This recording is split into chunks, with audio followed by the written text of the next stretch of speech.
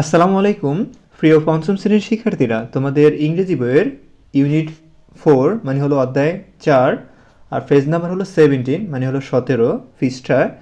তো প্রিয় শিক্ষার্থীর একটি কনভারসেশন দেখতে পাচ্ছি যে একটি মেয়ে এবং একটি বৃদ্ধ লোকের সাথে তিনি কথোপকথন করতেছে।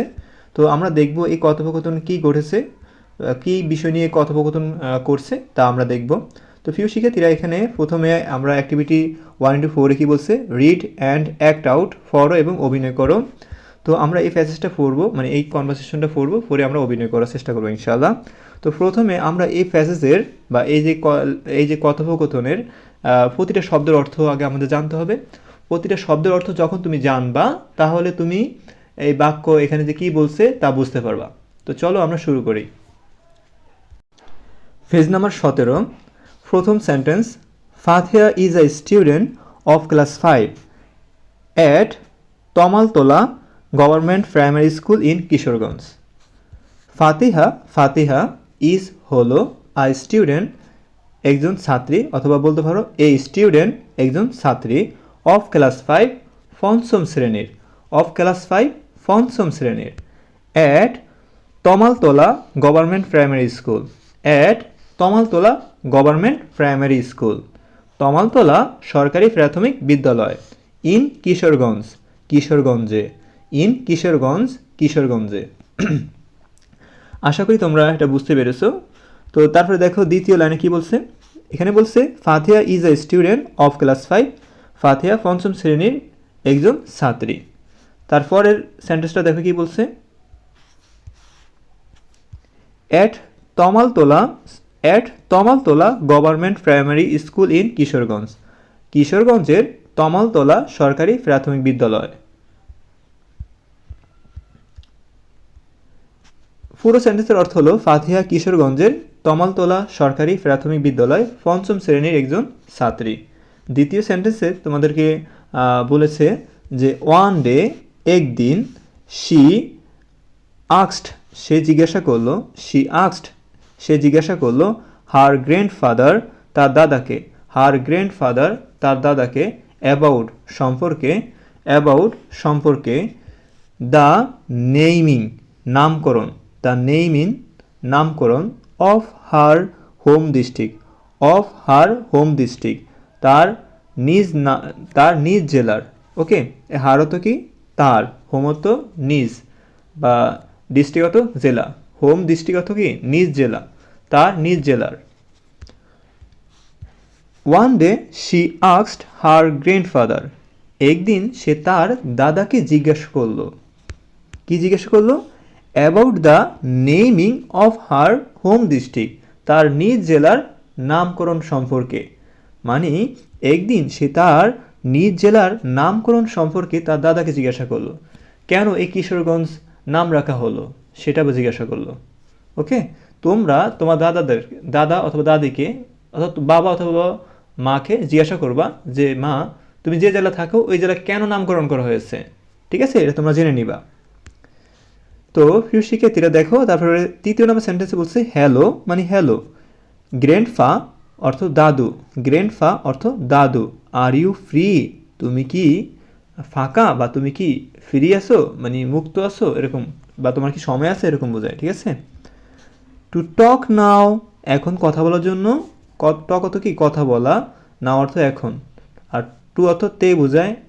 ওকে, টু টক নাও, এখন কথা বলার জন্য, এখন কথা বলার জন্য। তারপরে দেখো হ্যালো গ্র্যান্ডফা, হ্যালো গ্র্যান্ডফা মানে হলো হ্যালো দাদু, are you free to talk now, আপনি কি এখন কথা বলার জন্য ফাঁকা, আপনি কি এখন কথা বলার জন্য ফাঁকা, হ্যালো দাদু আপনি কি এখন কথা বলার জন্য ফাঁকা। তারপরে দেখো সেন্টেন্সটা, দেখো কত মজার না, ইয়েস, হ্যাঁ, ইউ ক্যান টক, তুমি কথা বলতে পারো, ইউ ক্যান টক, তুমি কথা বলতে পারো। দেখো এখানে বলছে ইউ অর্থ কি তুমি, ক্যান অর্থ পারা, আর টক অর্থ কথা বলা। ইউ ক্যান টক, তুমি কথা বলতে পারো, টু মি, আমার সাথে, নাও, এখন, নাও, এখন। তো এখানে দেখো ইয়েস, হ্যাঁ, you can talk to me now, তুমি এখন আমার সাথে কথা বলতে পারো। হ্যাঁ, তুমি এখন আমার সাথে কথা বলতে পারো। ওকে, তারপরে সেন্টেন্সটা দেখো কি বলেছে। প্রিয় শিক্ষার্থীরা, তারপরে সেন্টেন্সে দেখো, কুড ইউ টেল মি, আপনি কি আমাকে বলতে পারেন। কুড ইউ টেল মি, আপনি কি আমাকে বলতে পারেন। হাউ, কিভাবে। আওয়ার ডিস্ট্রিক্ট, আমাদের জেলা। হাউ, আওয়ার ডিস্ট্রিক্ট অর্থ কী বলতো, আমাদের জেলা। ওয়াজ নেমড, নামকরণ করা হয়েছিল। কিশোরগঞ্জ, কিশোরগঞ্জ মানে আমাদের যে কিশোরগঞ্জ জেলা, এই কিশোরগঞ্জ জেলা কেন নামকরণ করা হয়েছে প্রশ্ন করছে কে, নাতি। নাতিন প্রশ্ন করেছে, বুঝছো। তো দেখো, কুড ইউ টেল মি, আপনি কি আমাকে বলতে পারেন। How, how our district was named Kishoreganj, আমাদের জেলার নাম কিশোরগঞ্জ কিভাবে রাখা হয়েছিল প্রশ্ন করেছে। দেখছো কত সুন্দর প্রশ্ন করেছে। কুড ইউ টেল মি, আপনি কি আমাকে বলতে পারেন। How our district was named Kishoreganj, আমাদের জেলার নাম কিশোরগঞ্জ কিভাবে রাখা হয়েছিল। ঠিক আছে, আপনি কি আমাকে বলতে পারেন আমাদের জেলার নাম কিশোরগঞ্জ কিভাবে রাখা হয়েছিল। তারপরে দেখো 6 নম্বর সেন্টেন্স, ওয়েল, আচ্ছা। দ্যাটস, সেটা। অ্যান ইন্টারেস্টিং স্টোরি, একটি মজার গল্প। অ্যান ইন্টারেস্টিং স্টোরি, স্টোরি অর্থ কী বলতো, গল্প। ইন্টারেস্টিং অর্থ হলো মজার। ওকে, অ্যান অর্থ একটি। অ্যান ইন্টারেস্টিং স্টোরি, একটি মজার গল্প। ওয়েল, আচ্ছা। দ্যাটস অ্যান ইন্টারেস্টিং স্টোরি, এটা একটি মজার গল্প। এটা একটি কী গল্প, মজার গল্প। আচ্ছা, এটা একটি মজার গল্প। তারপরে দেখো 7 নম্বর সেন্টেন্স, প্লিজ, অনুগ্রহ করে। প্লিজ, অনুগ্রহ করে। টেল মি, আমাকে বলুন। গ্র্যান্ডফা, দাদু। গ্র্যান্ডফা, দাদু। আই ওয়ান্ট অর্থ কি, আমি চাই। আই অর্থ আমি, ওয়ান্ট অর্থ চাওয়া। আই ওয়ান্ট, আমি চাই। আই ওয়ান্ট, আমি চাই। টু নো, জানতে। টু নো, জানতে। আই ওয়ান্ট টু নো, আমি জানতে চাই। আই ওয়ান্ট টু নো, আমি জানতে চাই। দেখো তারপর বলছে কি, প্লিজ টেল মি, অনুগ্রহ করে আমাকে বলুন। গ্র্যান্ডফা, দাদু। আই ওয়েন্ট টু নো, আমি জানতে চাই দাদু, আমি জানতে চাই। অনুগ্রহ করে আমাকে বলুন দাদু, আমি জানতে চাই। প্রিয় শিক্ষার্থীরা, ভিডিওটা তোমার কাছে কেমন লাগলো, যদি ভালো লাগে অবশ্যই ভিডিওতে লাইক করবা। আর যারা চ্যানেলটি সাবস্ক্রাইব করছো তাদেরকে অসংখ্য ধন্যবাদ। আর যারা এখনও করোনি তারা সাবস্ক্রাইব করে দিও। ওকে, তারপর দেখো, in the sixth century. In the sixth century মানে ষষ্ঠ শতকে। ওকে, সেঞ্চুরিতে কী বলতো, শতক। ওকে, ইন দ্য সিক্সথ সেঞ্চুরি, ষষ্ঠ শতকে। দেয়ার ওয়াজ ছিলেন আ ল্যান্ডলর্ড। ল্যান্ডলর্ড অর্থ হলো জমিদার। ল্যান্ডলর্ড অর্থ কী বলতো, জমিদার। ল্যান্ডলর্ড, একজন জমিদার। নন অ্যাজ, নামে পরিচিত। নামে পরিচিত। ব্রোজ কিশোর প্রামাণিক। নামটা সেই চেতা, বুঝছো। একটু ভালো করে দেখো। ব্রোজা কিশোর অনেকে বলে, ব্রোজা কিশোর বলতে পারবা, ব্রোজ কিশোর বলতে পারবা। ঠিক আছে, ব্রোজ কিশোর অথবা ব্রোজা কিশোর প্রামাণিক। তারপরে হচ্ছে নন্দন কিশোর প্রামাণিক। ওকে, তো দুইটা বলতে পারো, এখানে দুইটা নাম আসছে। এটা কি বলতো, ব্রোজ কিশোর প্রামাণিক, আর হচ্ছে নন্দ কিশোর প্রামাণিক। ইন দ্য সিক্সথ সেঞ্চুরি, ষষ্ঠ শতকে, দেয়ার ওয়াজ আ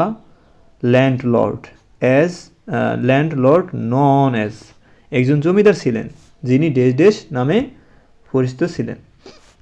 মানে বলছে ষষ্ঠ শতকে ব্রোজ কিশোর প্রামাণিক বা নন্দ কিশোর প্রামাণিক নামে একজন জমিদার ছিলেন। ওকে, তারপরে সে বলছে শি এস্টাবলিশড, তিনি প্রতিষ্ঠা করেছিলেন। এস্টাবলিশড অর্থ কি, প্রতিষ্ঠা করা বা প্রতিষ্ঠা করেছিল। এস্টাবলিশড, এখানে ইডি আছে, তো এটা হচ্ছে তোমার B2 আকারে দেওয়া, মানে ফার্স্ট ওয়ার্ড, বুঝছো, ভার্বের ফার্স্ট ফর্ম। তোমরা এটি বুঝবা না। হি এস্টাবলিশড অর্থ কি, তিনি প্রতিষ্ঠা করেছিলেন। একটি গঞ্জ। বিজনেস বিজনেস সেন্ট্রা মানে হলো ব্যবসায়িক কেন্দ্র। অন দ্য ব্যাঙ্ক তীরে, অন দ্য ব্যাঙ্ক তীরে, of the Brahmaputra river, of the Brahmaputra river, Brahmaputra নদীর। হি এস্টাবলিশড আ গঞ্জ, তিনি একটি গঞ্জ প্রতিষ্ঠা করেছিলেন। হি এস্টাবলিশড আ গঞ্জ, তিনি একটি গঞ্জ প্রতিষ্ঠা করেছিলেন। On the bank of the Brahmaputra river, Brahmaputra নদীর তীরে, ব্রহ্মপুত্র নদীর তীরে। ওকে, তিনি ব্রহ্মপুত্র নদীর তীরে একটি গঞ্জ বা ব্যবসা কেন্দ্র প্রতিষ্ঠা করেছিলেন। তারপরে দেখো মোস্ট পিপল, অধিকাংশ মানুষ। বলো তো মোস্ট পিপল হতো কি? অধিকাংশ মানুষ। বিলিভ, বিশ্বাস করে, বিলিভ বিশ্বাস করে, দ্যাট যে দ্য নেম কিশোরগঞ্জ, কিশোরগঞ্জ নামটি, কিশোরগঞ্জ নামটি কেম ফ্রম এসেছে, কেম ফ্রম এসেছে, টু ওয়ার্ডস দুইটি শব্দ। কয়টা শব্দ থেকে কিশোরগঞ্জ এসেছে বলো তো? দুইটি শব্দ থেকে কিশোরগঞ্জ এসেছে। ওকে, কিশোর অ্যান্ড গঞ্জ। বলো তো কিশোর শব্দটি কয়টা শব্দ থেকে এসেছে বলো তো বাচ্চারা? দুইটা শব্দ থেকে এসেছে। একটা হলো তোমার কিশোর, আর একটা হলো তোমার গঞ্জ। আর এটা কি বলো তো? গঞ্জ, কিশোর গঞ্জ। এখন দেখো মোস্ট পিপল বিলিভ, অধিকাংশ মানুষ বিশ্বাস করে, বিলিভ তো কি? বিশ্বাস করা। That the name Kishoreganj came from two words, Kishoreganj নামটি দুইটি শব্দ থেকে এসেছে। কয়টি শব্দ থেকে এসেছে বলো তো? দুইটি শব্দ।